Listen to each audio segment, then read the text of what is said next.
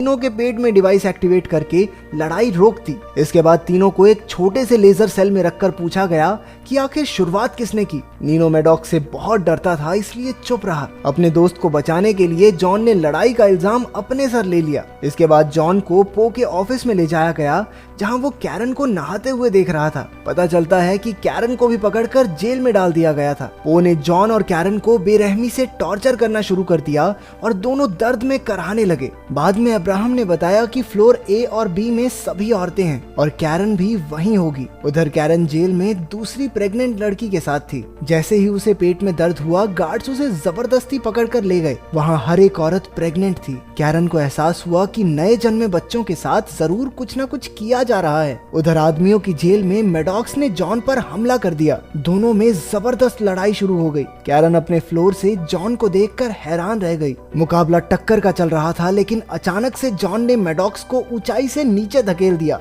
Maddox ने किसी तरह किनारे को पकड़कर अपनी जान बचाई। पो ने ऑफिस से जॉन को ऑर्डर दिया कि मैडॉक्स को खत्म कर दे, लेकिन जॉन ने उसकी बात ना मानते हुए मैडॉक्स की जान बचा ली। गुस्से में पो ने मैडॉक्स के पेट में लगे डिवाइस को एक्टिवेट कर दिया, जिससे उसका पेट धमाके से फट गया। इससे पहले कि गार्ड्स उसे पकड़कर ले जाते, जॉन ने बड़ी चालाकी से मैडॉक्स का सिक्योरिटी डिवाइस नीनो को दे दिया। इसके बाद कैरन को एक कमरे में लाया गया, जहाँ जॉन एक बहुत बड़ी गोल मशीन पर बंधा हुआ था। इस कमरे का नाम है माइंड वाइप चेम्बर। पो ने कैरन को जॉन को समझाने के लिए भेजा था, लेकिन कुछ ही देर बाद गार्ड्स उसे खींचकर बाहर ले गए। अब मशीन जोर जोर से घूमने लगी, जिससे जॉन के दिमाग में गड़बड़ी शुरू हो गई। ये पो का ऑर्डर ना मानने की सजा थी। जॉन के दिमाग में उसकी ट्रेनिंग के दिनों और शादी की पुरानी यादें घूमने लगी। 3 दिन बाद पो ने कैरन को अपने ऑफिस में बुलाया। वो समझ नहीं पा रहा था कि आखिर जॉन 3 दिन से उस मशीन पर कैसे टिका हुआ है, जबकि ज्यादातर लोग तो 1 घंटे में ही मर जाते हैं। पो ने कैरन से कहा कि अगर वो जॉन को तलाक देकर उसकी हो जाए